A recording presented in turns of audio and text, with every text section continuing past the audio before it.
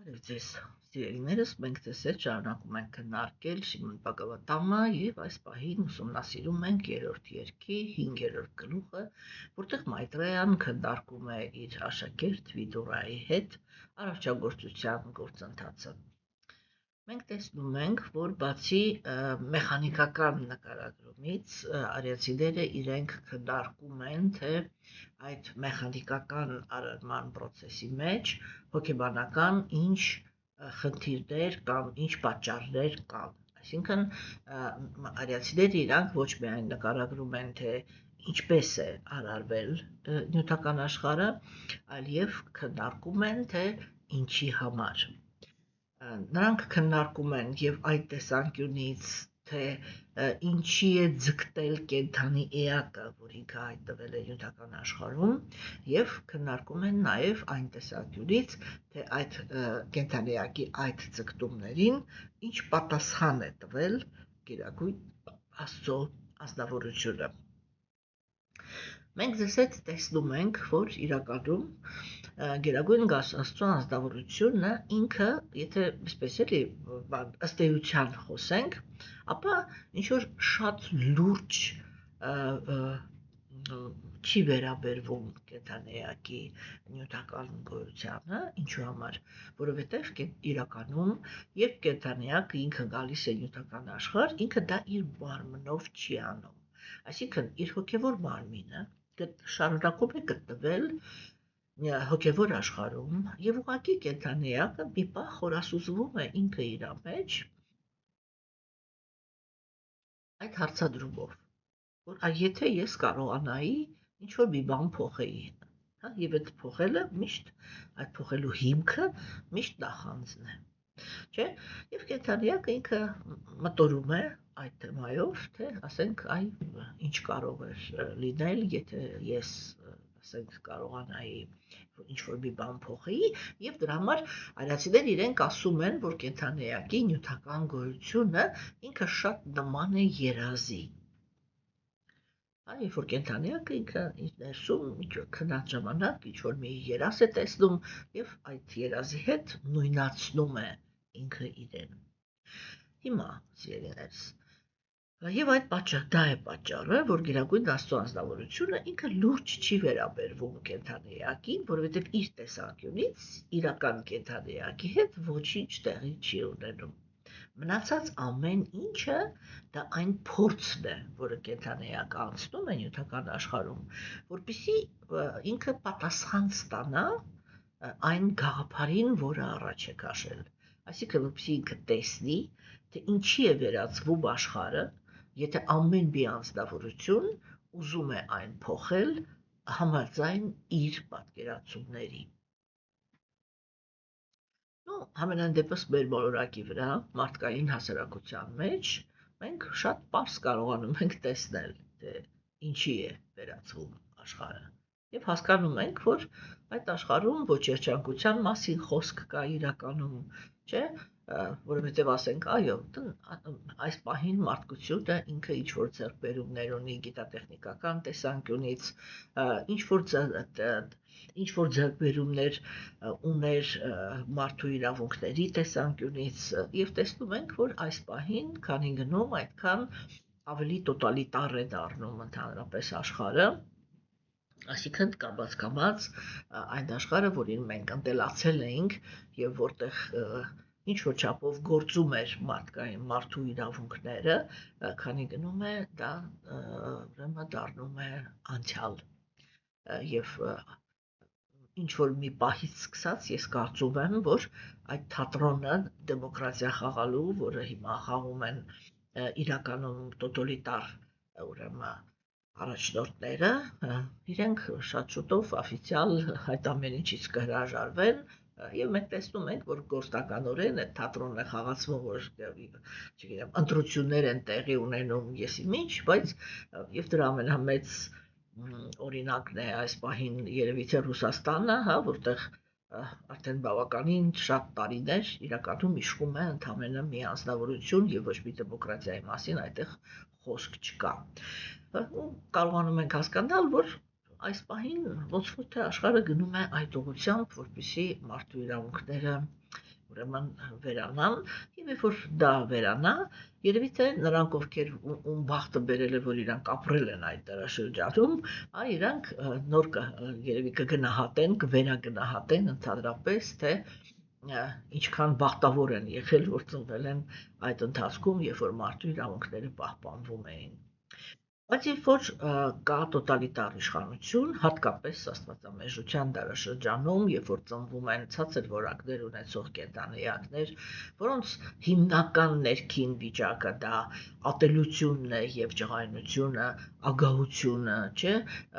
բանի իշխանության ձգտումը, այսինքն բռնության հանդեպ հակումը եւ այլն, մենք կարողանում ենք տեսնել, որ այդ պարագայում արդեն աշխարհը ռեալ վերածվում է դժոխքի եւ Գերագույն Աստծո ազնվորության միակ նպատակը հենց դրանում է, որպեսզի տալ ինքը երբեք ոչ մեկին չի խեղդում։ Ուզում եք այդպես, եկեք փորձենք այդպես եւ տեսեք թե ինչի կվերածեք, այսինքն այսպես էլի, ես աշխարհը արարել եմ որպես սիրո աշխարհ, հա, եւ ապահովել եմ բոլոր կենդանեակների երջանկությունը։ Դուք ուզում եք, որ ինքներդ ստեղծեք աշխարհ, խնդրեմ փորձեք ստեղծեք այդ աշխարհը եւ տեսեք թե ինչի եք աշխարհը վերածում դուք։ Հիմա մենք տեսնում ենք, որ երբ որ կենդանեակները իրենք ուրեմն այսպես էլի կենտրոնացած են իրենց էգոիզմի վրա, այդ պարագայում իրենք վատագույն դեպքում կոնցենտրացված էգոիզմի մեջ են խրված, այսինքն իրենց համար ոչ մի սրբություն չկա, միակ սրբությունը դա իրենք են եւ իրենց շահերը իրականացնելու համար իրենք կարող են ուրանալ եւ մայր եւ հայր եւ երեխա եւ կին եւ հայրենիք եւ այսպես ամեն ինչ ընդհանրապես, չէ, կամ հենված են լինում տարածված էգոիզմի վրա եւ այդ պարագայում արդեն կան ինչ-որ ազնվորություններ, որոնք իրենք լավ են վերաբերվում եւ այդ ազնվորությունների մասին հոգ են տանում, շահագրգռված են նրանց երջանկության մեջ, իսկ մնացած բոլորի հետ վարվում են ուրեմն այդ նույն տրամադրությամբ, ինչ տրամադրությամբ, որ վարվում են կենտրոնացված էգոիզմի մեջ կենտրոնական խրվածները, չէ։ Եվ այո, այդ պարագայում աշխարհը ինքը դառնում է դաժանության, անարդարության վայր։ Եվ սա է այն փորձը, որը կենդանեակը պիտի անցնի։ Գերագույն Աստծո ազնվորությունը ինքը նյութական աշխարհը արարելիս ստեղծում է երկու միջանցք։ Առաջին միջանցքը դա այն միջանցքն է, որի միջով կենդանեակները գալիս են նյութական աշխարհ։ Բայց Գերագույն Աստծո ազնվորությունը ինքը շատ լավ հասկանում է, որ այն բոլոր դաժանությունները, որը կենդանեակները սկսելու են իրար հանդեպ իրականացնել, անպայման պարտվածներին, դրա համար ինքը ասում է առաջի հերթին ինձ դիմում են նրանք, ովքեր ուզում են խնդիր ունեն ազատվել տառապանքներից, չէ՞։ Եվ ուրեմն սիրելիներս, մենք կարողանում ենք տեսնել, որ այդ կենդանեակները իրենք սկսում են ապաստարան փնտրել, հա, ինչ-որ մի ուժի մոտ, որը կկարողանար, այսպես եթե կենցաղային ասենք, հախից գար այն սանձարձակ թշնամություն տածող կենդանեակների այդ կենդանեակների հախից գար, հա, եւ ինչ-որ մի կերպ, ասենք, պարտվածները իրենք պաշտպանություն ձեռք բերեին։ Այստեղ մենք դեռ հետագայում կտեսնենք եւ բազմիցս արդեն քննարկել ենք, որ Գերագույն Աստծո ազնվորությունը ինքը մի շատ կարեւոր խոսակցություն է բացում կենդանեակների հետ, ինքը խոսում է դրա մասին, որ այնքան ժամանակ, ինչքան ժամանակ, որ դու ինքդ պատրաստ ես լինել դաժան, ինքդ պատրաստ ես լինես անարդար եւ ինքդ չես հետաքրքրվում ճշմարտությամբ, հա, եւ ունես քո սուբյեկտիվ ճշմարտությունը, ուրեմն այդքան ժամանակ ես ոչ մի պաշտպանություն չեմ ցուցաբերելու, որովհետև դուք իրար նմաններով իրար հետ պիտի շփվեք եւ տեսնեք թե այդտեղից ինչ է դուրս գալիս։ Երբ որ դուք ինձանից պաշտպանություն եք խնդրում, առաջի քայլով, սովորաբար առաջի քայլով Գերագույն Աստծո ազնվորությունը ինքը ոչինչ չի պահանջում, ուղղակի ոնց որ մի անգամ, երկու անգամ կարող է պաշտպանել։ Ինչու համար, որպեսզի կենդանեակը համոզվի Աստծո գոյության մեջ։ Բայց դրանից ամբիջապես հետո Գերագույն Աստծո ազնվորությունը ինքը պայման է դնում կենդանեակի առաջ, որ եթե դու ուզում ես որպեսզի իմ կողմից պաշտպանված լինես, դու ինքդ, այսինքն դու պետք է դառնաս պաշտպանության արժանի, եթե այսպես խոսենք։ Եթե դու պաշտպանության արժանի չես, այսինքն դու ինքդ քո մեջ ագրեսիվ կենթանի էակ ես, հույսդ կտրի, որ ես կարող եմ պատահի քեզ պաշտպանեմ։ Բոլոր դեպքերում գործելու է նյութական աշխարհի օրենքը, ով ուժեղ է, նա հաղթելու է։ Ինչու՞, որովհետև երկու կողմերն էլ հավասարապես արատավոր են վերջ։ Հա, եւ այո, այդ պարտվածների մեջ են, որ անձնավորությունները իրենք սկսում են այ բանանել էլի տրվել Աստծուն։ Թեկուզ կարող ենք ասել, որ հաղթողներն էլ այնպես չի, որ չեն տրվում Աստծուն, չէ, որովհետև երկրորդ կենդանեակների խումբը, որը Գերագույն Աստծո անձնավորությունը թվարկում է որպես այն անձնավորություններ, որոնք դիմում են իրեն, չէ, դա իրականում բարեկեցիկ անձնավորություններն են, այսինքն հաղթածներն են, հասկանում եք, եւ ինչու համար, որովհետեւ երբ որ իրանք հաղթում են, իրանք էլ անմիջապես այդ խնդիրն է առաջ գալիս, որ իրանք էլ հանդիպում են պարտվածների նախանձի հետ, հա, եւ իրանք էլ պաշտպանություն են խնդրում Աստծուց այդ, այսինքն ձեռք բերածը պահպանելու համար, որովհետեւ կենդանեակները իրենք մշտական պայքար են մղում եւ այս աշխարհում բավական չի ինչ-որ մի բան ձեռք բերել, պետք է նաեւ կարողանալ այդ ձեռք բերածը պահպանել, հա, եւ երկրորդ կարգի անձնավորությունները դա նրանք են, ովքեր որ արդեն ինչ-որ մի արդյունքների հասել են նյութական աշխարհում եւ հիմա պաշտպանության կարիք ունեն, որպեսզի իրենց ձեռք բերածները կարողանան ուրեմն պահպանել։ Եվ այսպես,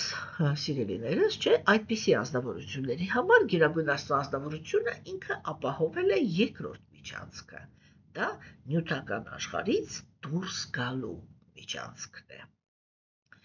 Եվ երբ որ խոսում ենք ուրեմն այդ երկու միջանցքների մասին,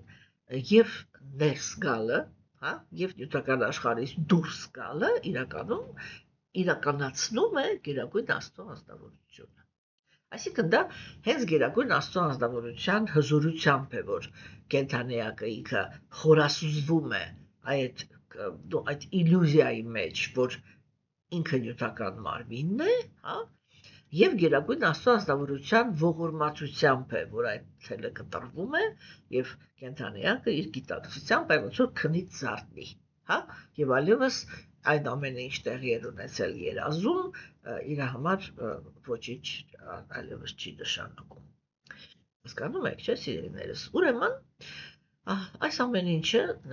տեսնում ենք, որ արիացիները իրենք հենց այդ երկու տեսանկյունից են դիտարկում եւ այս պահին մենք ձեզ հետ ուսումնասիրում ենք տեքստեր, որոնք իրենք իրականում շատ կարևոր նշանակություն ունեն։ Որն է այդ կարևոր նշանակությունը։ Խոսքը գնում է նրա մասին, որ Գերագույն Աստծո անձնավորությունը ինքը նյութական աշխարհը արարելուց հետո մենք նմանացրեցինք դա պետության գործողություն, правительство, իշխանության, հա, կներեք մի րոպե, ամեն անգամ այդ խոսքը մոռանում եմ, կառավարություն, հա, որ ասենք կառավարության դման, հա, Գերագույն Աստծո անձնավորությունը ինքը բաշխում է ինչ-որ անձնավորությունների, նշանակում է որպես ղեկավարներ տարբեր երևույթների այս նյութական աշխարհում եւ այդ անձնավորություններին մենք մարդիկ սովորաբար կոչում ենք կիսաստվածներ։ Մենք տեսանք, որ իրական կիսաստվածները իրենք միշտ իրենց պահում են ուրեմն արարչից կախվածության մեջ եւ այս պահին հենց այդ պահն է նկարագրում ուրեմն Մայտրեյան, որ երբ որ արդեն Գերագույն Աստծո անձնավորությունը ինքը արտահայտեց այդ կենդանեակներին, որոնք պիտի ղեկավարեն նյութական աշխարհը, այսինքն կիսաստվածներին, կիսաստվածները իրենց հերթին գտնվելով առաքինության գոյավիճակի մեջ, հա, առաջին բանը որ արեցին, այդ պատասխանատվությունը ճիշտ տանելու համար, ուրեմն աղոթքներ մատուցեցին Գերագույն Աստծո անձնավորությանը այդ տեսանկյունից, որ մենք հասկանում ենք, որ եթե չլինի քո աջակցությունը, եթե չլինի քո օգնությունը, մենք երբեք չենք կարողանա նյութական աշխարհում, նյութական աշխարհի կառավարումը ճիշտ իրականացնել։ Եվ այս պահին մենք ձեզ հետ ուսումնասիրում ենք կիսաստվածների աղոթքը։ Ինչու համար, ընդհանրապես, եթե մենք շարունակելու ենք մեր քննարկումները, մենք պետք է ձեռք բերենք մի շատ կարևոր մտավիճակ, որ մենք միշտ մեծ ուշադրությամբ ենք քննարկելու Բաղավատամում ներկայացված ազնվորությունների աղոթքները։ Ինչու համար, որովհետև իրականում երբ որ ազնվորությունը ինքը աղոթքներ է մատուցում Գերագույն Աստծո ազնվորությանը, չէ, այդ աղոթքները մատուցելուց ինքը ներկայացնում է իր ներքին աշխարհը։ Ինքը ներկայացնում է իր վերաբերմունքը Աստծո հանդեպ, այսինքն ինքը ներկայացնում է իր մակարդակը, հա, եւ որպեսզի մենք սովորենք ընդհանրապես գնահատել մեր դիմացի անձնավորությանը, չէ, մենք պետք է այլ շատ մեծ ուշադրություն դարձնենք, թե երբ որ անձնավորությունը ինքը աղոթում է, ինչպես պիտի իր աղոթքը անալիզ արվի, որպեսզի մենք կարողանանք հասկանանք, թե ում հետ գործ ունենք։ Եվ ուրեմն ես կարդում եմ աղոթքի հաջորդ տեքստերը եւ մենք կքննարկենք։ Շիմոն Բաղավատամ 3-րդ երգ 5-րդ գլուխ 42-րդ տեքստից։ Պարզապես քոլոտոսային ոտնաթաթերի մասին ագահությամբ ու նվիրվածությամբ լսելով եւ դրանց մասին սրտով խորհրդածելով մարդ միանգամից լուսավորվում է գիտելիքով եւ հրաժարման ուժով խաղաղություն է ձեռք բերում։ Հետևաբար մենք պետք է ապաստան գտնենք քոլոտոսային ոտնաթաթերի սրբավայրում։ Ինչպես տեսնում ենք, այս առաջի տեքստը ինքը բավականին խորիմաստ տեքստ է։ Եթե հիշում եք, Բաղավատամի ամենասկզբում Վեսադևան ինքը գրանցել էր, այսինքն Սուտագոսվամի շուրթերով Վեսադևան ինքը ասեց նրա մասին, որ ինչպես է պետք ընդհանրապես մոտենալ Բաղավատամին, ինչպես է պետք նրա հետ վարվել, ինչպես է պետք նրան ուսումնասիրել, չէ՞։ Եվ այն ժամանակ մենք տեսանք, որ առաջ է քաշվում այն գաղափարը, որ Բաղավատամը ինքը պետք է լսվի ստաբիլ եւ ուշադիր, հա, եւ նվիրվածությամբ անկեղծ, այսպես ասենք։ Հիմա մենք տեսնում ենք, որ այստեղ կիսաստվածները իրենք ասում են, որ այն կենդանիակները, որոնք իրենք ցանկությամբ եւ նվիրվածությամբ են լսում Գերագույն Աստծո ազնվորության գործողությունների մասին, դա նրա բնավորության, նրա գործողությունների, չէ՞, եւ եթե ասիկն ինչ ասվեց, առաջինը դա նա է, որ կենդանիակը ինքը պետք է ունենա ցանկություն եւ նվիրվածություն Գերագույն Աստծո ազնվորության մասին հանդեպ, հա, եւ տեսեք, ասենք, հիմա այստեղ մենք արդեն խնդիր ունենք, չէ, որովհետեւ երբ որ ասում ենք ցանկություն եւ նվիրվածություն, այդ երկու երևույթները իրանք օդից չեն առաջանում։ Երբ որ մարդուն ասում են դու պիտի ուզենաս կամ պիտի լինես նվիրված, հա, դա նշանակում է, որ այդ խոսքը հետ որտեղ որ հայտնվեց պիտի խոսքը, դա իրականում գաղափարախոսության պարտությունն է։ Ինչ իմաստով, որովհետև դա նշանակում է, որ գաղափարախոսությունը կամ այն ազնվորությունները, որին մենք լսում ենք, ի վիճակի չեն բերել մեզ ցանկության, այս դեպքում բերել մեզ նվիրվածության, հա, բերել մեզ ստաբիլ լսողության, հասկանում եք, որովհետև տեսեք, ասենք ինքը երկու ստեկ երևույթ կա, չէ, որ ասենք ձեր դիմացինը ինքը այսպես միջին կարգի գիտելիք ունի Աստծո մասին, չէ, Եվ այդ ժամանակ այդ գործոնը, որ դուք ինքներդ եք չի գործադրում, որպեսզի ստաբիլ լսեք, դառնում է կարևոր։ Չէ՞։ Ինչու՞ համար, որտեղ դուք պիտի ինչ-որ մի կետում, ինչ-որ մի չափով ստիպեք ձեզ, որպեսզի լսեք։ Եվ այդ ժամանակ գալիս է այդ պիտի լսեմ։ Հա, եթե նույնիսկ անձնավորությունը ինքը այդքան էլ ուժեղ չի Աստծո մասին գիտելիքի մեջ, չէ, ես պիտի լսեմ իրան, եւ այդ պիտի լսելը ինքը ուրեմն ինչ որ մի օգուտ տալիս է, այնպես չի որ օգուտ չի տալիս, որտեղ ինչքան էլ ուզում է, եթե նույնիսկ ասենք անձնավորությունը ինքը այդքան էլ հզոր չի գիտելիքի մեջ, չէ, բայց միևնույն է, բոլոր դեպքերում ինքը ինչ որ նոր բաներ մեզ ասում է, որտեղ ինչ որ մեզանից ավելի բան է, չէ, բանիմաց է։ Հիմա բայց եթե մենք գործ ունենք անձնավորության հետ, ես այդ գաղափարը ահավոր եմ սիրում, որովհետև ասենք այդ իմաստով ես ինձ համարում եմ շատ երջանիկ մարդ, որտեղ ճանաչում եմ այնպիսի հոգևոր ուսուցիչների, ինչպիսին են Ջիվը Գոսվամին, Ռուպը Գոսվամին, Սանատանա Գոսվամին, Բաքսիվինոդ Թակուրը, իմ անձնական ուսուցիչը, հասկանում եք, այդ որոնք իրենք հոգևոր գիտելիքի, հոգևոր իրականացման, իրանք ուղակի որպես անձնավորություններ, ես այդ խոսքով եմ ասում էլի, շատ ահավոր տիտան կալիբր ունեն, հասկանում եք, երբ որ այդ անձնավորության կալիբրի հետ շփվում ես, ինքը sense օվկիանոսի է նման, որ իր մեջ մտար չես, այն մյուս ծայրը իր հոգու մյուս ծայրը չի երևում, էլի, թե դու երբ կարող ես ասես, ես այս անձնավորությանը sense կոպիտ ասած լրիվ բան արեցի ու կարող եմ հիմա մի կողմ դնել, հասկանում եք, ինչքան իրանց հետ շփվում ես, այդքան իրանք քեզ ավելի խորն են տանում, ավելի խորը, չէ՞։ Երբ որ մենք այդպիսի անձնավորության հետ գործ ունենք, այդպիսի անձնավորությունները ամենաքիչն են օգտագործում պիտի բառը։ Ինչու՞։ Որովհետև իրանց մեջ այդ Աստծո մասին գիտելիքի գանձը ռեալ եւ խորապես պարունակում են, հասկանում եք, եւ դրա համար իրանք ի վիճակի են անել այնպես,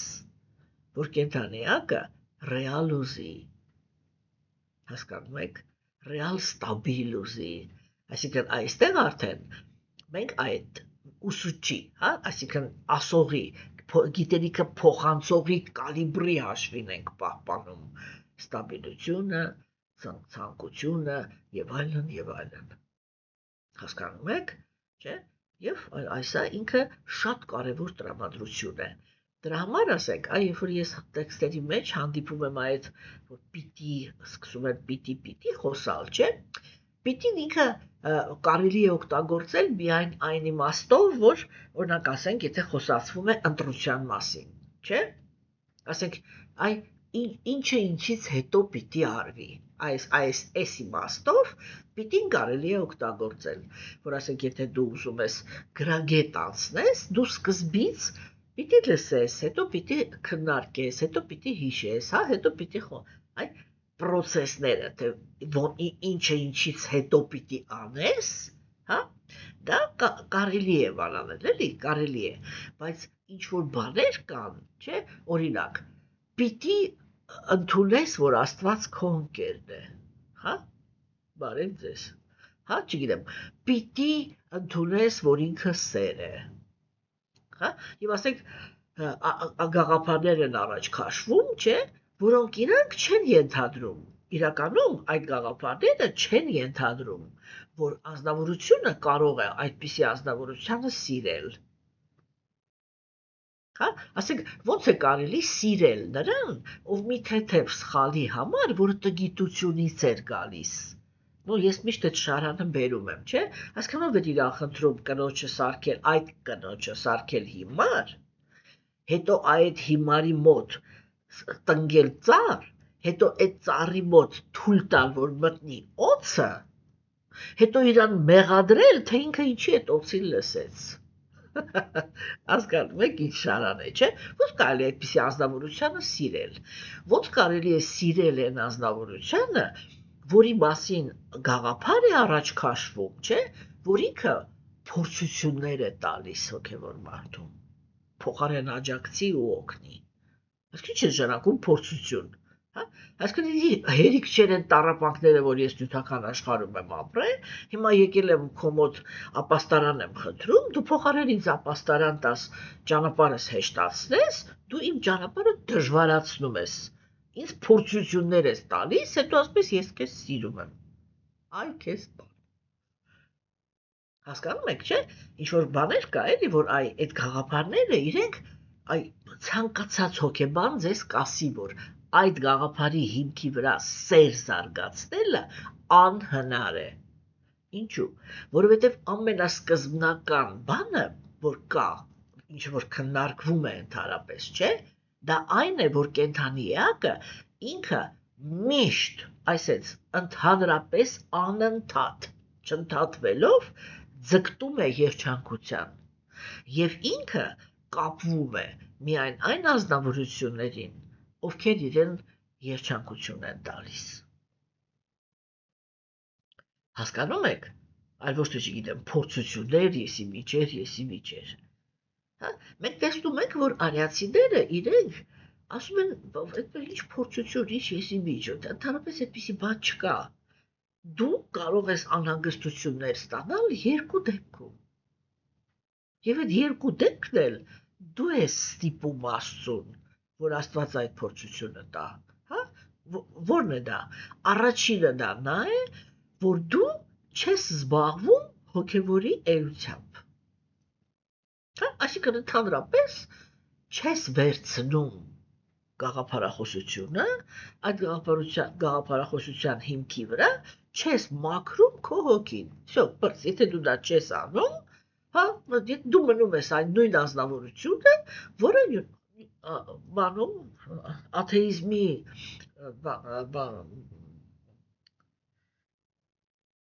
տիրիտորիա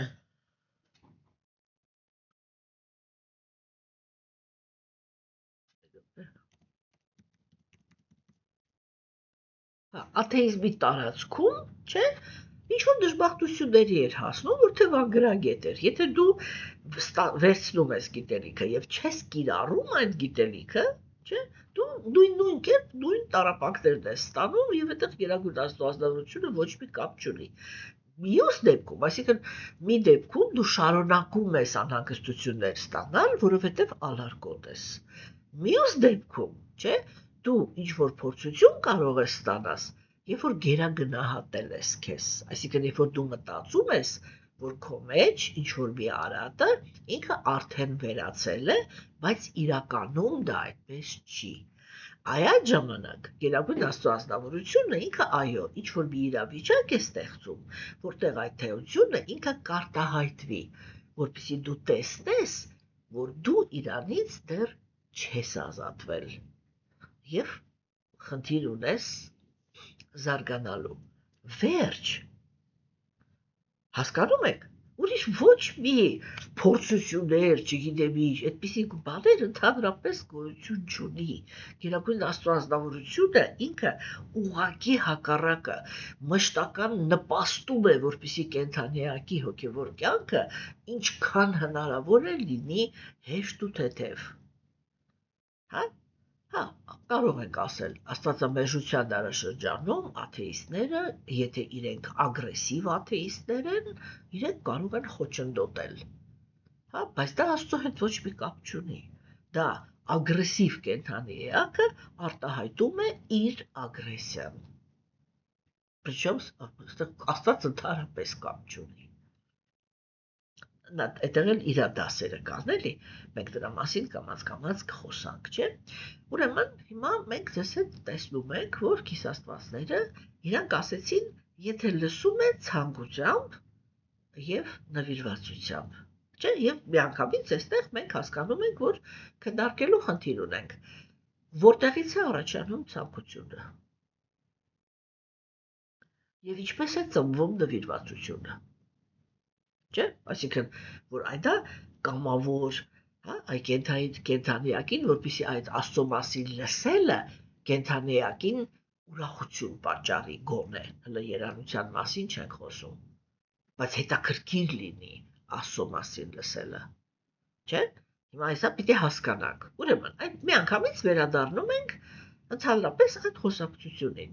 Իսկ ինչպես է ցանկանում, ինչպես է ընդհանրապես ձևավորվում ցանկությունը։ Ցանկությունը դա մտքի ֆունկցիա է։ Հա? Միտքը ինքը 5 ֆունկցիա ունի, մենք այդ ֆունկցիաները ձեզ հետ շատ ենք քննարկել, հա? Զգալ, այսինքն էմոցիան, զգալ, մտածել, հա? Եվ ողբալ անցյալի մասին, ցանկություններ ձևավորել ներկայում եւ ապագայի համար ցանկությունների իրականացում պլանավորել։ Այս 5-ը դրանք մտքի ֆունկցիան են, չէ՞։ Ընդ որում, մենք նկատեցինք, չէ, որ մտքով է, որ մենք շփվում ենք անցյալի, ներկայի եւ ապագայի հետ։ Դրա համար ես մի քանի անգամ արդեն դա ասել եմ, որ արիացիները իրենք խոսում էին դրա մասին, որ կենդանիակը ինքը ռեալ դուրս է գալիս նյութական աշխարհից, հա, երբ որ չի ողբում անցյալի մասին, երբ որ էգոիստական ցանկություններ չի ձևավորում ներկայում, եւ երբ որ կամ նյութական ցանկություններ չի ձևավորում ներկայում եւ չի պլանավորում դրանց իրականացումը։ Հասկանում եք, չէ՞։ Հիմա ինչպես է ընդհանրապես ձևավորվում ցանկությունը։ Միտքը ինքը անմիջապես կապված է զգայարանների հետ։ Եվ միտքը ինքը ցանկություն է ձևավորում ըստ մի բանի։ Դուրս եկավ, դուրս չեկավ։ Բանականությունը ինքը ձևավորում է ինչ-որ մի վերաբերմունք, չէ՞, ճիշտ է, սխալ է, հասկանում եմ, չեմ հասկանում, հա, կամ ճիշտ է, սխալ է։ Միտքը դուրս եկավ, դուրս չեկավ, այսինքն ուզում եմ, չեմ ուզում, հա, սա է իր ղեկավարող շարժիչ ուժը, հասկանում եք։ Հիմա, իսկ ինչպես է այդ ամեն ինչը աշխատում։ Միտքը ինքը անմիջապես կապված է զգայարանների հետ, այսինքն ինֆորմացիան միտքը ստանում է զգայարանների միջոցով։ Ես օբյեկտը տեսա, ես իրան լսեցի, հոտ քաշեցի, կարողացա շոշափեմ։ Անմիջապես դրանից հետո դուրս եկավ, դուրս չեկավ։ Ցանկություն ձևավորեցի կամ ցանկություն չձևավորեցի։ Վերջ։ Հասկանում եք։ Հիմա այդ դուրս եկավ, դուրս չեկավը, չէ, ինքը իրականում ինչի մասին է։ Կարող եմ ինձ լավ զգալ, չեմ կարող լավ զգալ, չէ, կարող եմ վայելել, չեմ կարող վայելել։ Ուրեմն միտքը, այս որ ասում եմ դրա համար ասվեց էլի, որ միտքը ինքը առաքինության գոյավիճակից է առաջանում, չէ, որովհետև ինքը միշտ անհանգստացած է կենդանիակի երջանկության մեջ։ Այսինքն միտքը ինքը ասում է դուրս եկավ, երբ որ զգայարաններից ընտալված օբյեկտը իր համար հաճելի է։ Այսինքն ինքը հասկանում է, որ եթե սրա հետ ինքը հենց որ զգայարաններից ինչ-որ մի բան եկավ, որ հաճելի էր, չէ, միտքը միանգամից հասկանում է, որ սա պետք է ձգտել ձեռք բերել, միանգամից սկսում է պլանավորումը։ Հասկանում եք, սիրելիներս, չէ, մենք դա պետք է հասկանանք, էլի, եւ ուրեմն այդ իմաստով միտքը ինքը զգայարաններից է կախված։ Մյուս կողմից, այսինքն միտքը դա մի էլեմենտ է, որը ինքը գտնվում է բանականության եւ զգայարանների արանքում, այսինքն իրան մի կողմից ինֆորմացիա է գալիս զգայարաններից, մյուս կողմից իրան կարող է ճնշել բանականությունը։ Ինչով։ Արժեքային համակարգով։ Հասկանում եք։ Հիմա տեսեք, ուրեմն զգայարաններից եկածը, այդ ինչ-որ հաճելի է, չէ, ինքը, ոնց ասեմ էլի, այդտեղ միտքն է ղեկավարում, այսինքն միտքը ինքը այդտեղ ազատ է, երբ որ կենդանիակը ինքը բանականությամբ է ստիպում, որ միտքը ինչ-որ ցանկություն ձևավորի, չէ, եթե շատ կոպտացնեմ, որ հասկանանք ինչի մասին է խոսքը, հա, բանականությունը ինքը բռնություն է գործադրում, այսինքն ինքը օգտվում է իր այդ ավելի վերև գտնվելու դիրքից։ ես ասեցի սա ճիշտ է կամ ճիշտ չի, հա, ուրեմն տեսեք, որպեսզի ձևավորվի ցանկություն, չէ՞, այդ ցանկությունը ինքը ձևավորվում է սպոնտան, երբ որ զգայարաններից է գալիս, եւ ձևավորվում է ճնշման տակ, երբ որ բանականությունից է գալիս։ Հասկանում եք։ Հիմա, ինչ է սա նշանակում։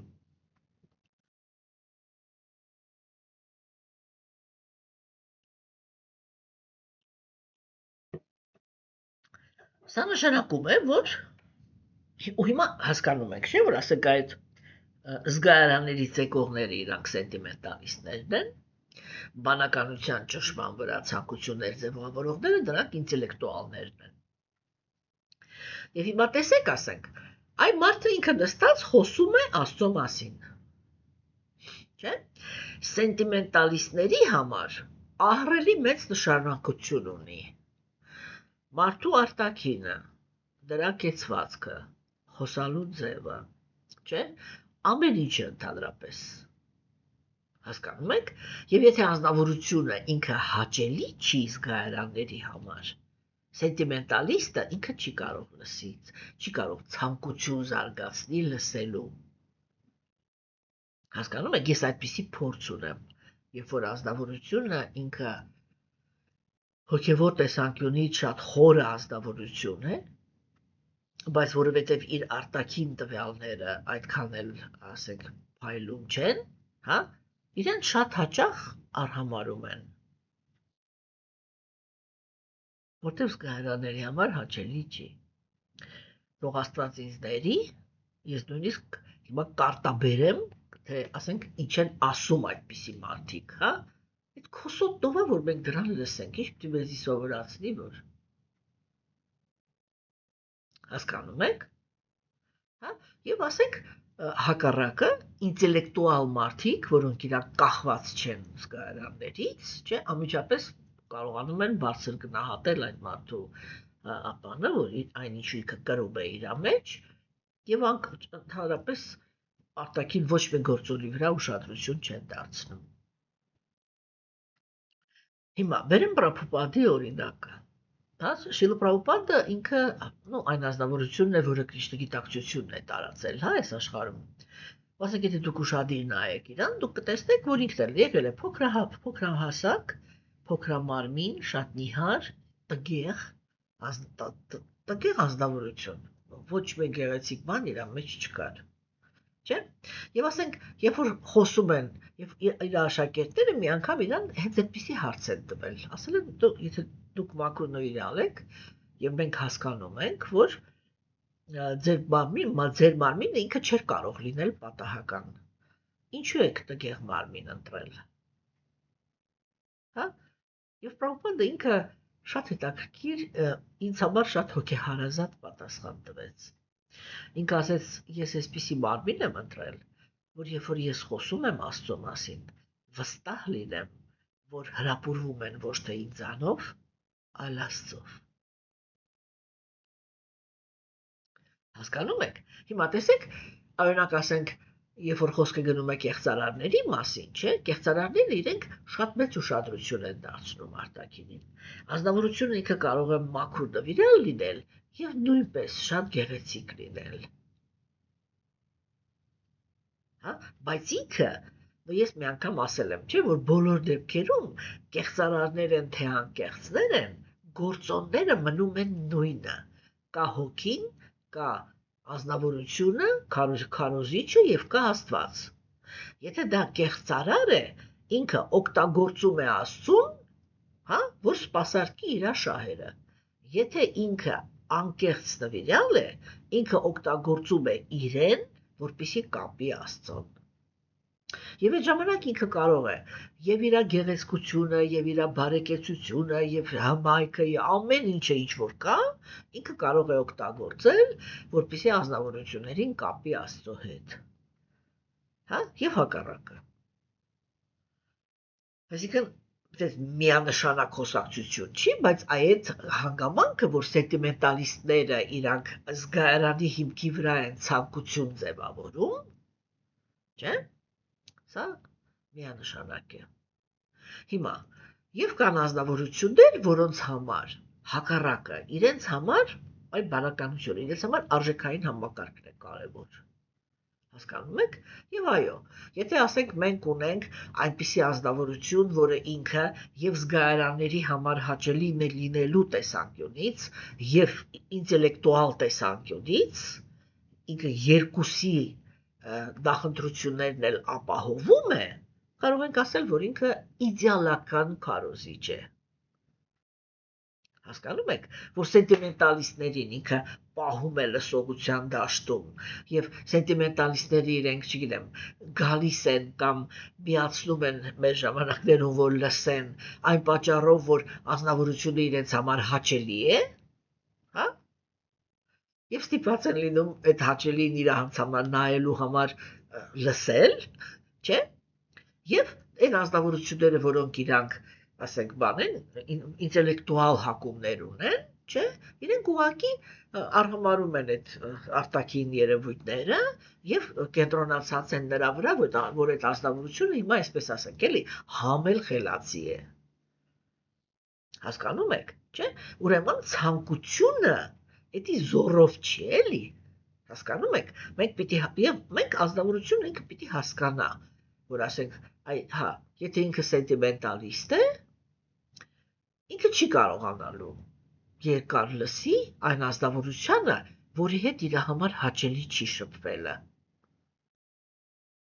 Հասկանում եք, եւ դրա համար այո, իհարկե, մենք պիտի հասկանանք, էլի, որ գոյություն չունի Աստծո մասին այնպես խոսացող մարդ, որը բոլորի համար լինի հաճելի։ Այդպիսի մարդ ուղղակի գոյություն չունի, ով ուզում է լինի։ Հասկանում եք։ Եվ դրա համար է, որ Գերագույն Աստծո ազնվորությունը ինքը տարբեր կետերից, տարբեր համերի, տարբեր նախընտրությունների, տարբեր հետաքրքրություններ ունեցողների համար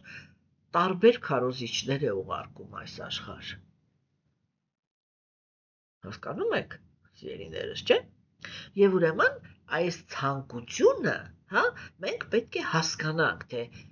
ինքը ինչպես է ձևավորվում։ Եթե մարդը ինքը էմոցիոնալ է, իր համար ցանկությունը ձևավորվում է հաճելի չի, հա?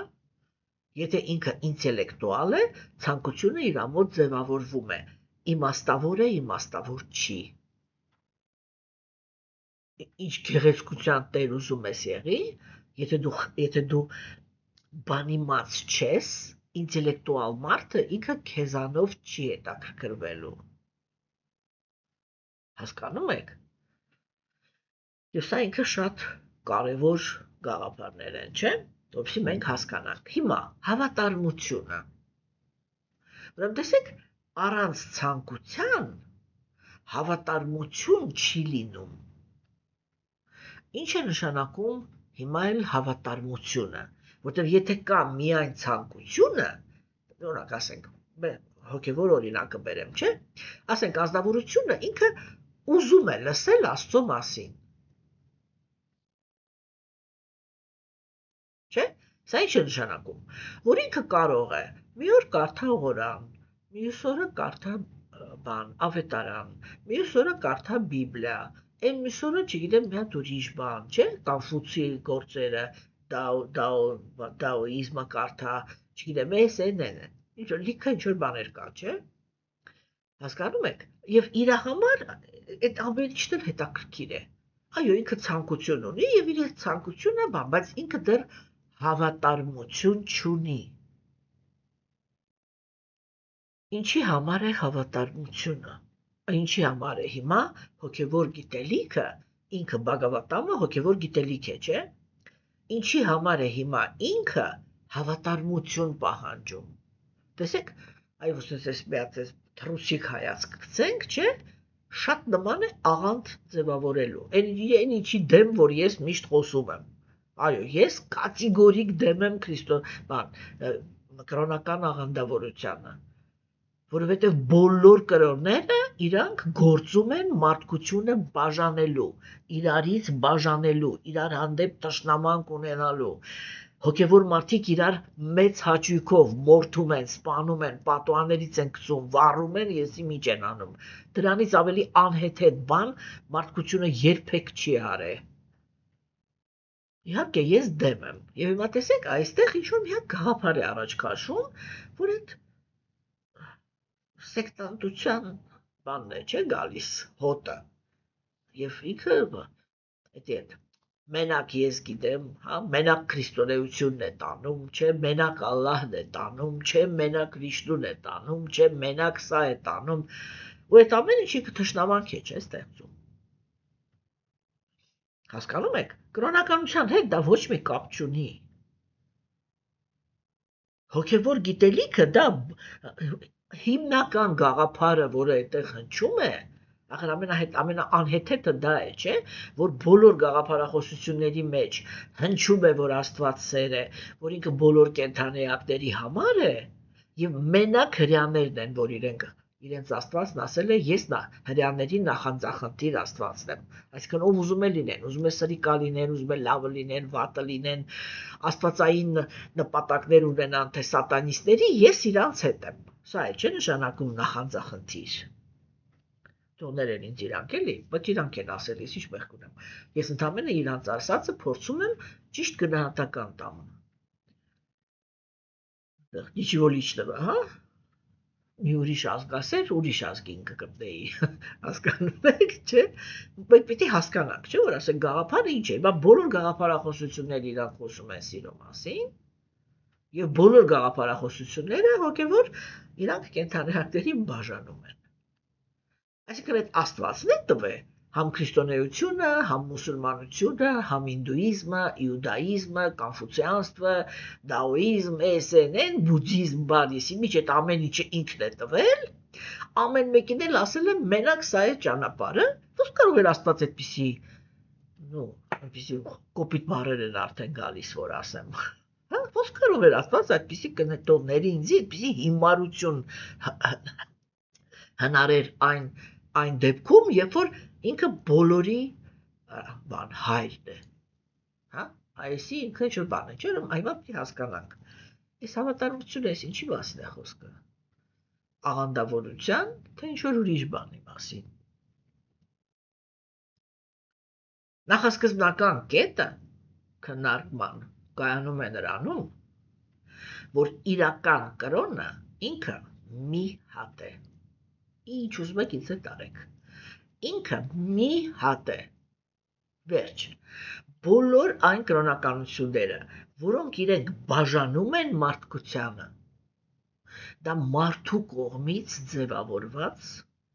գիտեք, օրինակ ասենք աթեիստները, իրանք այդպիսի մի հատ բան ունեն, չէ, Facebook-ում շատ հաճախ այդ խաղը բան են անում, էլ այսպես գցում են, որն էր, որ Բուդդան ինքը չի եղել բուդդիստ, Հիսուսը չի եղել քրիստոնյա, Մուհամմեդը չի եղել մուսուլման, իրանք բոլորը խոսել են միանձնյա սիրող Աստծո մասին, հետո մարդիկ այդ ընդհանուր սիրո գաղափարը վերցրել են և Հիսուսի կատարմամբ սարքել են քրիստոնեություն, Մուհամմեդի կատարմամբ սարքել են մուսուլմանություն, հա, չգիտեմ, բանի կատարմամբ սարքել են իուդաիզմ, մյուսի կատարմամբ սարքել են այս, սարքել են այդ կրոնը մասնատել են և այդ սիրուց ոչինչ չի մնացել թշնամանքից բացի։ Հա, ուրեմն այ նախասկզբնական գաղափարը, որը արիացիները պնդում են, դա է, որ կրոնը ինքը մի հատ է, Աստված մի հատ է, գոյություն չունեն ազգային կիսաստվածներ և Աստված, սա բացարձակ հորինված գաղափարներ են և ընդամենը ապացուցում են, որ իրականում ոչ Աստված կա, ոչ էլ կիսաստվածներ։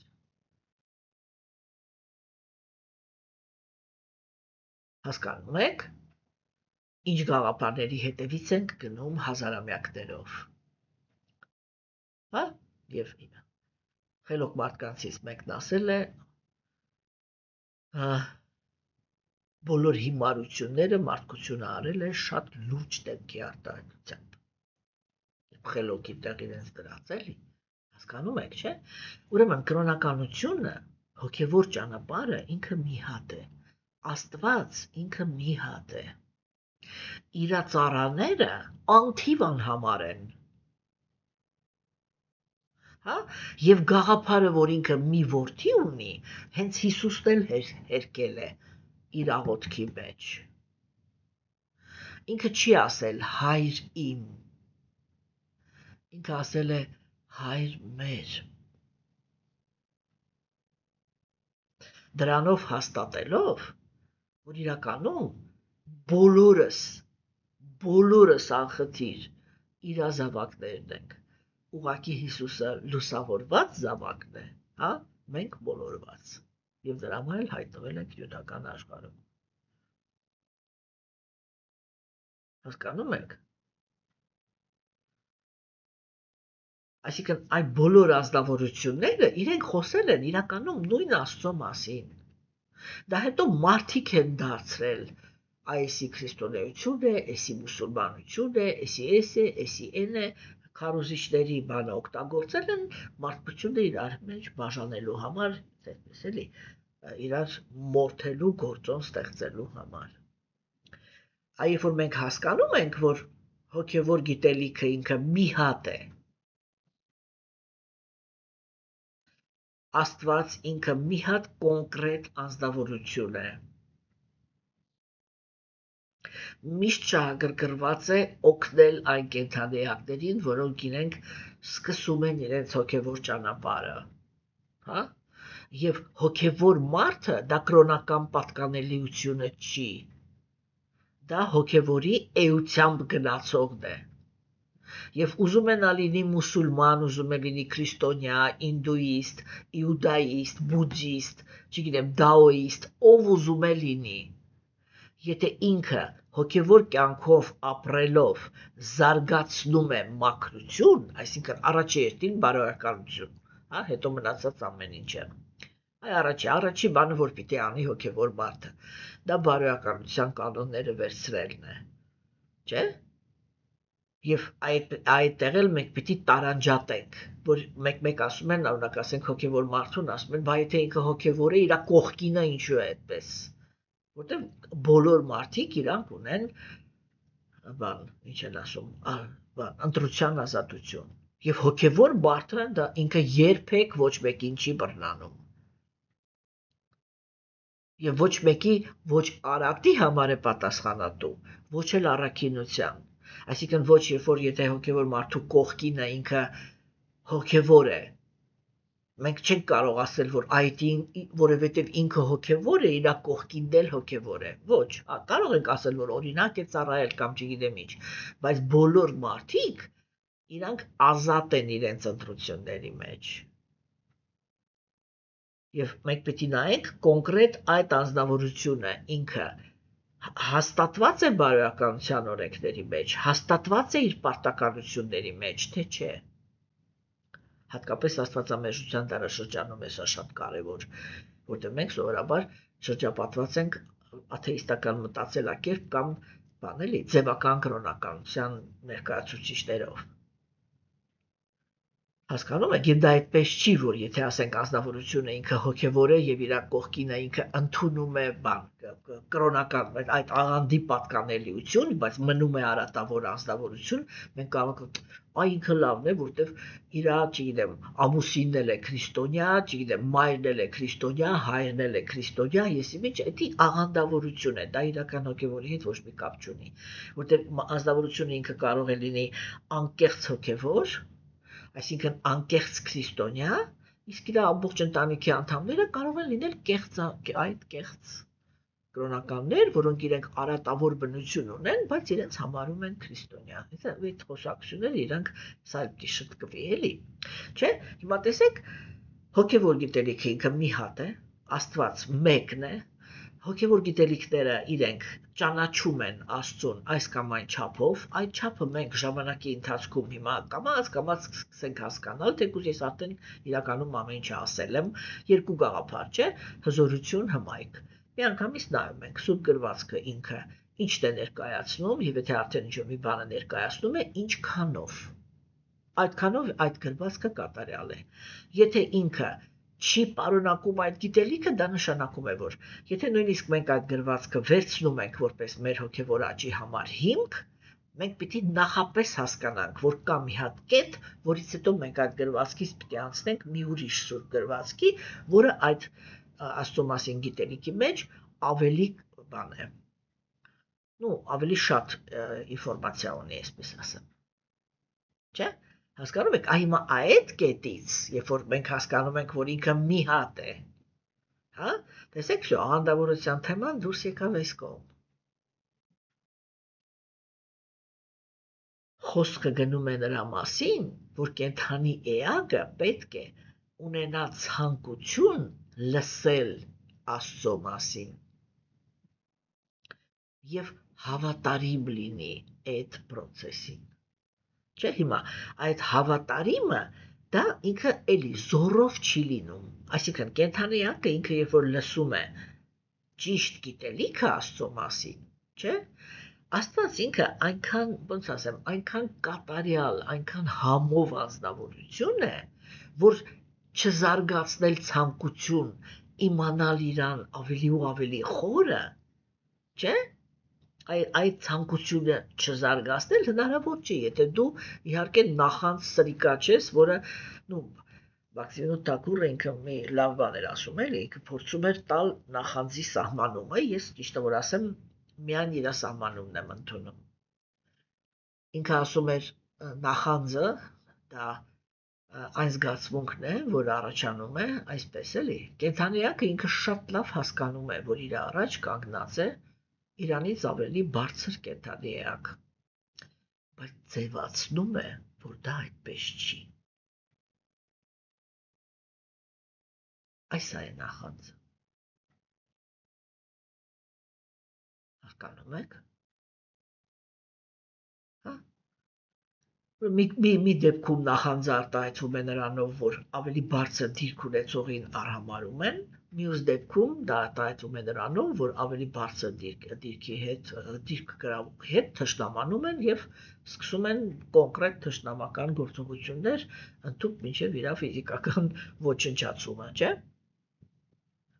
Հասկանում եք, բոլոր սրբերին ինչ են արել հոգևորականները։ Այդ ինչի հիմքի վրա են արել, նախանձի, չէ։ Եվ միշտ այդ բանաձևն են, չէ, ուղարկե,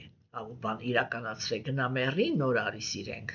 Այսինքն այն, եթե որ անձնավորությունը ինքը կենդանի է եւ առավելություն ունի մաքրության մեջ, հոգևոր զարգացման մեջ, չէ, նրանք ովքեր որ կեղծարարներ են հոգևորի մեջ եւ դիրքեր են գրավում, իրանք միանգամից ջղայնանում են, չէ, այդ անձնավորության գոյության վրա։ Հիմա եթե թույլ տրվի, որ բոլորը հասկանան, որ իրանից է պետք օրինակ վերցնել, ինքը իշխանություն է ձեռք բերում։ Մենք սա մի անգամ քննարկել ենք, չէ՞։ Դա ով թույլ կտա։ Կարիերիստը ինքը թույլ կտա, որ ազնիվ անձնավորությունը ինքը գա այդտեղ ինչ-որ մի հատ բան ունենա, ազդեցություն ունենա, իհարկե ոչ, չէ՞։ Դրա համար ինչ են անում։ Այնպես են անում, որ անձնավորությունը ինքը ինչ ունի անպայման տա, հետո հենց որ տվեց պրծավ, իրան սպանում են։ Բուկվալն է, իրան սպանում են, կարդացեք ամբողջ պատմությունը, ամբողջ աշխարհում, կրոնականության, հա, իրան սպանում են եւ կեղծարարներ ասում են, հիմա ասում են, ինքը սուրբ էր, բան, давайте իր գիտելիքը վերցնենք, կիրառենք, էս անենք, այդ անենք եւ պրոստը այդ գիտելիքը օգտագործվում է, որ ինչ որ մի որոշ ժամանակ էլ հոգևոր մարդկանց զբաղացնելու թեմա լինի։ Եվ վերջ, հետո մանալուց հետո անունը շահագործվում է, ինքը դառնում է հայտնի կանոնակարգված սուրբ։ Ինքան պրագմատիկ է այդ ամեն ինչը, էլի, որ այստեղ կարելի է կոպիտ խոսքեր ասել, չեմ սիրում էլ այդ երևույթը։ Հասկանում եք, չէ՞ սիրելիներս։ Դրա համար հիմա, երբ որ այստեղ խոսվում է նվիրվածության մասին, խոսքը չի գնում աղանդավորության մասին։ Խոսքը գնում է Աստծո մասին գիտելիքի հանդեպ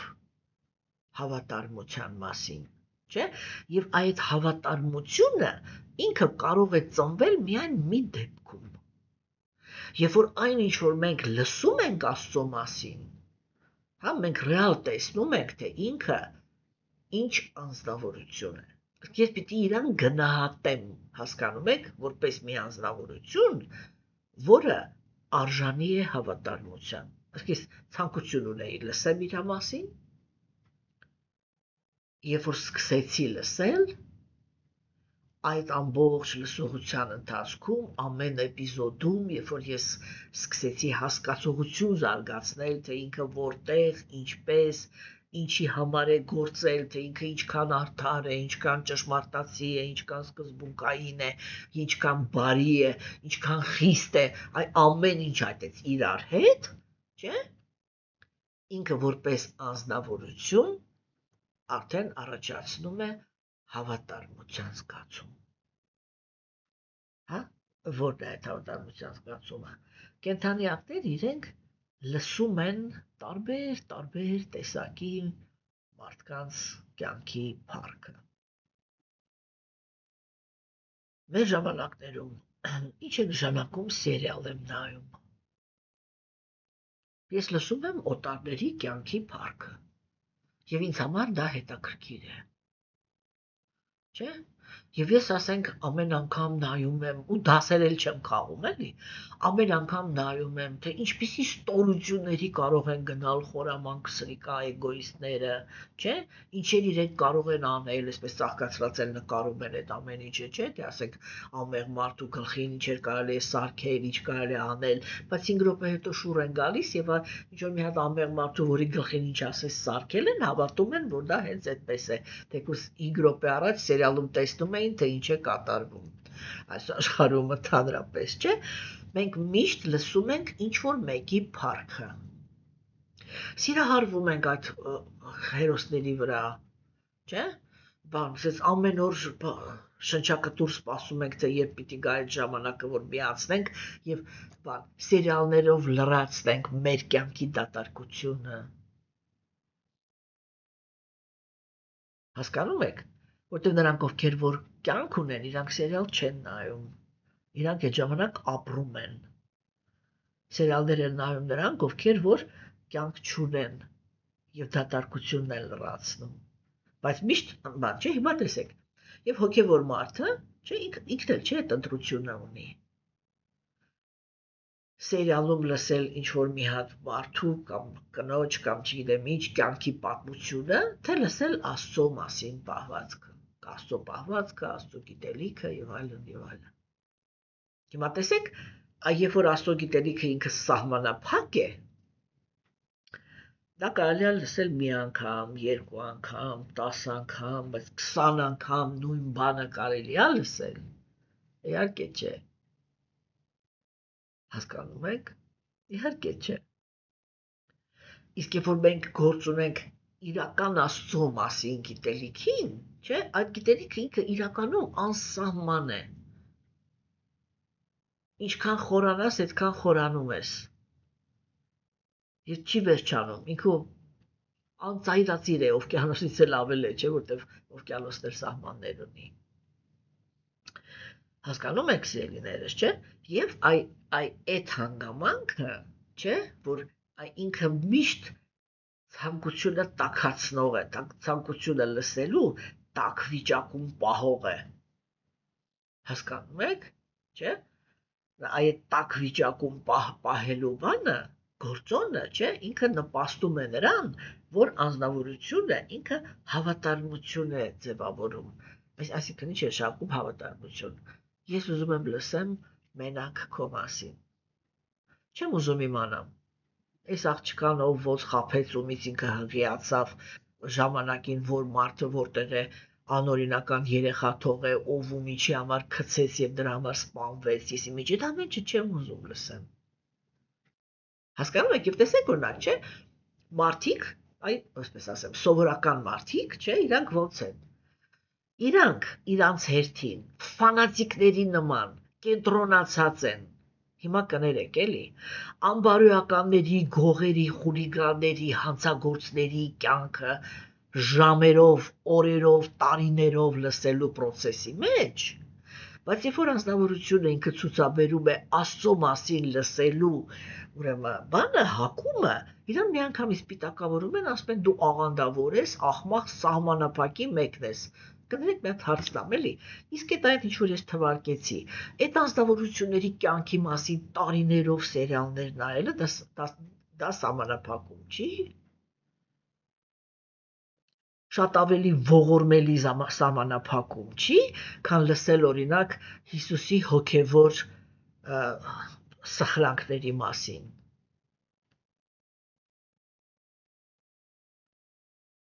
Հասկանում եք, ինչու է ինքը դառնում բաների սահմանափակ անհետաքրքիր։ Ես մի անգամ դա ասել եմ, որովհետև քննարկվում է միայն Հիսուսը։ Չէ՞։ Իսկ եթե այդ ընդլայնվի, որ ախր այդ Հիսուսը ինքը հազարավոր անկեղծ հետևորդներ է ունեցել, սրբեր է ունեցել, որոնցից ամեն մեկը իր կյանքն է ապրել, այդ կյանքը իր հետաքրքրությունը ունի, որպեսզի մարդիկ իրենք կարողանան օրինակ վերցնել այդ անձնավորություններից, թե իրանք այ աստվածամերժության դարաշրջանում ինչպես են պահպանել իրանց հոգևոր կյանքը, եւ դա էլ քննարկվի, դա էլ, չէ՞։ Կներեք, դրա մասին ֆիլմեր նկարվի, այլ ոչ թե միայն Հիսուսի մասին։ Այդ հոգևոր մարդկանց, նրանց կյանքի, նրանց հոգևոր սխրանքների մասին, չէ՞։ Տեսեք, այդ գործոնը, որը նույնպես Աստծո մասին է, չէ՞։ Չէ՞ որ երբ որ անձնավորությունը ինքը շարժվում է դեպի Աստված, մենք Բաղավատամում հետ ենք չէ նայելու։ Մենք նայելու ենք մեծ հոգիների ապրած կյանքը, թե իրենք ինչպես են հանդիպել Աստծուն։ Եվ ամեն մի այդ պատմությունը ունենալու է իր իմաստը, իր խորությունը, իր համն ու հոտը, իր միջոցով լուծվող խնդիրները։ Հասկանում եք, եւ այստեղ է որ ծնվում է նվիրվածությունը։ Ուզում եմ լսել միայն աստվածային թեմաների մասին։ Եվ ես այստեղ այո, ուզում եմ, որ մարդիկ իրենք նկատեն։ Սրանով եմ ուզում ավարտեմ այսօր։ Որ երբ որ դուք ընտրում եք միշտ լսել արատավոր մարդկանց կյանքի ելևէջները, դա շատ ավելի մեծ սահմանափակում է, քան երբ որ անձնավորությունը ուզում է լսել միայն հոգևորի մասին։ Ինչու՞։ Որովհետև դուք սիրում եք, որ գիտակցությունը խորասուզված լինի արատի մեջ։ Իսկ իրական հոգևոր մարդը սիրում է, որ իր գիտակցությունը խորասուզված լինի առաքինության մեջ։ Եվ անվանել այդ ձգտումը սահմանափակություն, այսպես ասենք էլի, այդքան էլ արդար չի։ Եկեք ամեն ինչը դնենք իր տեղը։ Ես հասկանում եմ, որ հիմա աստվածամերժության դարաշրջան է, որ այս դարաշրջանը ինքը տգիտության գոյավիճակի ազդեցության տակ է, որ տգիտության գոյավիճակի ազդեցության տակ ամեն ինչը գլխի վայր շուռ տված է արժեքային համակարգը ներառյալ, հա։ Եվ այստեղ մարդու համար արժանիք կարող է լինել, որ ինքը խաշխորոված խմող ծխող մանեկող է, եւ թերություն կարող է համարվել, եթե ինքը սկսել է մաքրության ձգտել, բայց դա ընդհանրապես տգիտություն է, այդպիսի մտածելակերպը։ Եվ ուրեմն այստեղ շատ կարևոր է, որպեսզի մենք հասկանանք, որ Աստծո մասին լսելը եւ այդ լսողության հանդեպ հավատարմություն ձևավորելը, դրանք զոռով պրոցեսներ չեն։ Աստծո մասին գիտելիքը ինքը իրանով ահավոր հետաքրքիր է։ Ինչու համար, որովհետև այդ գիտելիքը օգնում է կենդանի էակին հենց իր սրտի մեջ կրքերի եւ ատելությունների այդ շրջապտույտից դուրս գալ եւ հաստատվել խաղաղության մեջ։ Դրա համար կիսաստվածներն ասեցին, մարդ միանգամից լուսավորվում է գիտելիքով, հա, եւ հրաժարման ուժով խաղաղություն ձեռք բերում։ Հասկանում եք, հոգևոր մարդը ինքը խաղաղություն է ձեռք բերում իր սրտում, ոչ թե այն պատճառով, որ աշխարհը խաղաղվում է եւ դառնում է հոգևոր աշխարհ, ինքը խաղաղություն է ձեռք բերում, որովհետև հրաժարվել է այս աշխարհից։ Ինչ է նշանակում հրաժարվել է։ Դա նշանակում է, որ ինքը վերջապես գնահատել է այս աշխարհը, որպես մի աշխարհ, որը իրականում կապվածության արժանի չի։ Այո, այդպես խիստ։ Հա, որ այս աշխարհի ցանկացած օբյեկտին կապված լինելը միանշանակ նշանակում է այդ թերությունների հետ շփվելու անհրաժեշտությունը, որ այս աշխարհում ամեն մի տեսակի երջանկություն, կներեք թուրքերեն խոսքով կասեմ, բայց ինքն այդ շատ առամատնի խոսք է էլի, հարանված է համբերության անհրաժեշտությամբ։ Իսկ գիրքը, ինչպես ապացուցել են ժամանակակից գիտնականները, իրականում տևում է 2 տարի։ 2 տարից հետո այդ տատանումները հանգստանում են եւ տակը, ինչ որ տակը մնում է, դա էլ մնում է։ Հասկանում եք, չէ՞։ Ուրեմն այսա, որ իրական հոգևոր գիտելիքը եւ նրան ճիշտ լսելը, ստաբիլ եւ ուշադիր, հա, ճիշտ լսելը պիտի բերի կենթանի էակին հրաժարման, համենայն դեպս ներքին։ Մենք Բhagavad Gita-ով 3-րդ գլխում մանրամասը քննարկել ենք ներքին եւ արտաքին հրաժարումը։ Ես ներքին հրաժարման հետևորդ եմ։ Ես սիրում եմ, երբ որ անձնավորությունը իր պահվածքի մեջ, հոգևոր մարդը իր պահվածքի մեջ մինչև իր վերջի շունչը մնում է իր պարտականությունները կատարելու դաշտում, ինչու համար, որովհետև ինչքան էլ ուզում է դու հոգևոր լինես, կան կենդանի էակներ քո շրջապատում, որոնք իրենք կախված են քո բարոյականությունից։